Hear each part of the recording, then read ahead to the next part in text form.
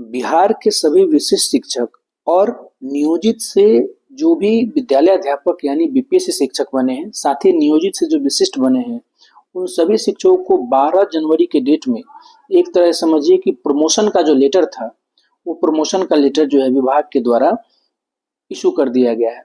अब इस प्रमोशन के लेटर में बहुत सारे नियोजित शिक्षक साथी जो हैं, ये तरह तरह की अफवाहें फैला रहे हैं कि विशिष्ट को बस इसी तरह की सुविधाएं मिलेंगी, बाकी इससे ज्यादा सुविधाएं हम लोग को मिलेंगी। दोस्तों, मैं आपको बता दूं कि आप गलतफहमी में जी रहे हैं। नियोजित शिक्षक भाई की कोई भी शिक्षक साथी मेरे दुश्मन नहीं है, लेकिन आप सच्चाई को थोड़ा सा अपनाने का बात कीजिए।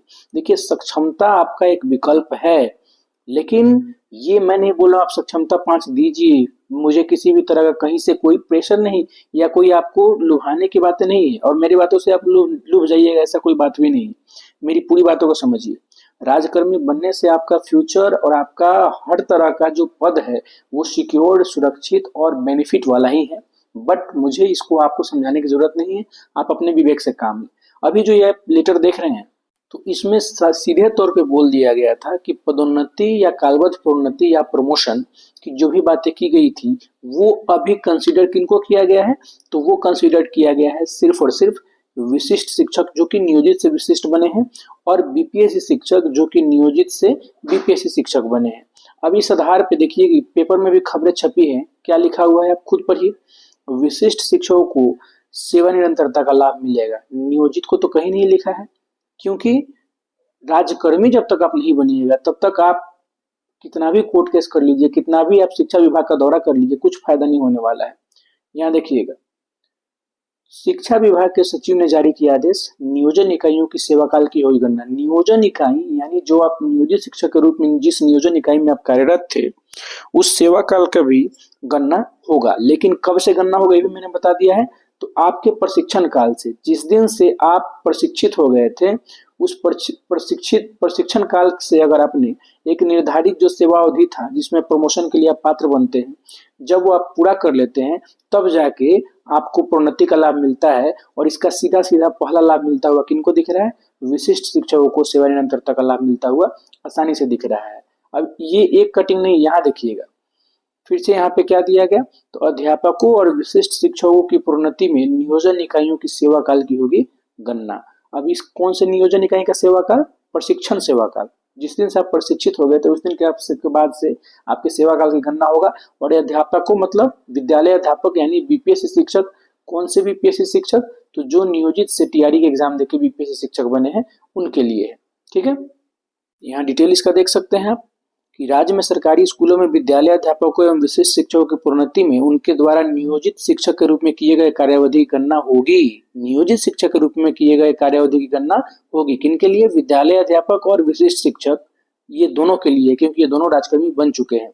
इससे संबंधित आदेश शिक्षा विभाग के सचिव दिनेश कुमार के हस्ताक्षर से सोमवार को जारी हुआ है। इसके मुताबिक बिहार राज्य विद्यालय अध्यापक नियुक्ति, स्थानांतरण, अनुशासनिक कार्रवाई एवं सेवा शर्त संशोधन नियमावली 2023 के तहत 6ठी से 8वीं कक्षा के विद्यालय अध्यापकों की प्रोन्नति, इन्हीं कक्षाओं के लिए वरीय विद्यालय अध्यापक की पदोन्नति तथा 11वीं-12वीं के विद्यालय अध्यापक की प्रोन्नति इन्हीं कक्षाओं में वरीय विद्यालय अध्यापक के पद पर किए जाने के प्रावधान। सीधे तौर पर समझ लीजिए 6 to 8 के जो टीचर हैं उनका प्रमोशन जब होगा तो उसी 6 to 8 के वो टीचर कहलाएंगे, लेकिन वो कहलाएंगे वरीय शिक्षक। और इस तरह से जो है ये वहाँ के वरीय शिक्षक होने के साथ साथ इनके वेतन में बढ़ोतरी होगी। ठीक इसी तरह अगर बात की जाए तो 11-12 के जो टीचर हैं वो उसी स्कूल के 11-12 के टीचर कहलाएंगे, लेकिन वो सीनियर टीचर कहलाएंगे, वरीय शिक्षक कहलाएंगे। और निश्चित तौर पे भी इंडेक्स के अनुसार इनका भी जो वेतन होगा वो निश्चित तौर पे अच्छे खासे रेट में बढ़ेगा।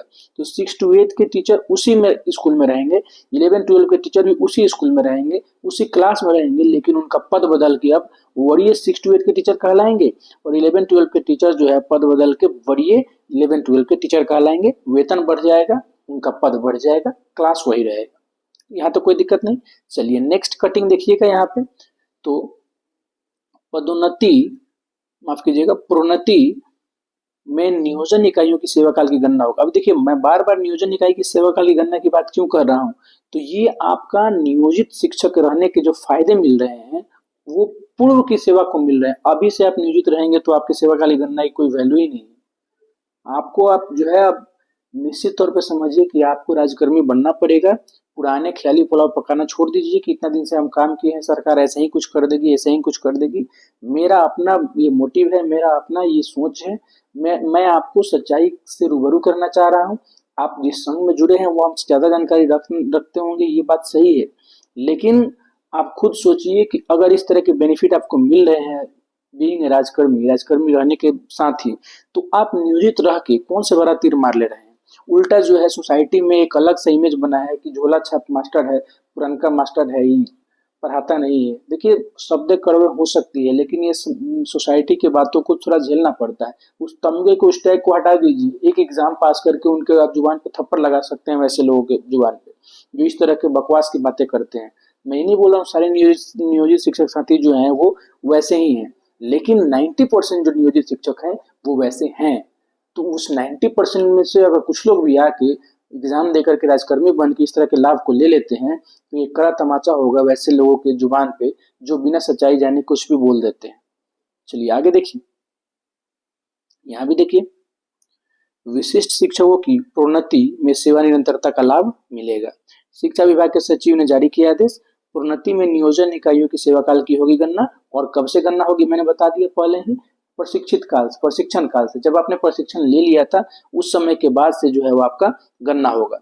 अब देखिए यहाँ पे प्रोन्नति में यह भी है प्रावधान, यह है प्रावधान जो मैंने अभी आपको बता दिया, 6ठी से 8वीं वाली बात और 11वीं से 12वीं वाली बात। और ये किस नियमावली के तहत है, तो 2023 नियमावली सेवा शर्त के तहत है। यहाँ तो कोई दिक्कत नहीं है। अब एक अपडेट ये भी देख लीजिए कि टीआरई 4 में प्रश्नों का स्तर रहेगा कठिन, पहले से अधिक तथ्यात्मक प्रश्न पूछे जाएंगे।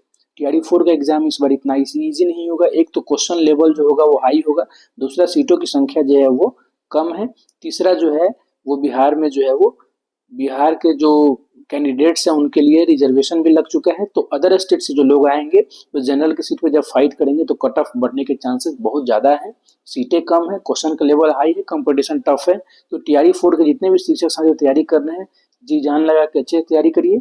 एनसीईआरटी किताबें दिलाएंगी सफलता। रीजनिंग व टीचिंग एप्टीट्यूड रहेगा की फैक्टर, जो कि आपको सफल होने से बिल्कुल चंद मिनटों की दूरी पे नजर आ रहे हैं। तो ये एक तरह से बातें हो गई। तो बस एक निवेदन रहेगा मेरा आप सारे भाइयों से कि प्लीज़ वीडियो को लाइक कर दें, चैनल को सब्सक्राइब करके यहाँ घंटी वाला आइकन जो होता है उसको जरूर दबा लें, ताकि मेरे जो भी नोटिफिकेशन हो आपको समय से मिल सके, जो भी मेरे वीडियोज़ हो। इसके अलावा चैनल और वीडियो को शेयर करना बिल्कुल भी ना भूलें। आपके शेयर, आपके लाइक, कमेंट से, सब्सक्राइब से मुझे मोटिवेशन मिलता है। आपकी किसी भी तरह का कोई सुझाव हो, कोई इशू हो, कोई प्रश्न हो, कमेंट बॉक्स में कमेंट जरूर करिए। बाकी वीडियो को पूरा देखने के लिए आप सबका बहुत बहुत धन्यवाद। मिलते हैं नेक्स्ट वीडियो में अपने नए अपडेट के साथ। तब तक अपना ख्याल रखिए। जय हिंद।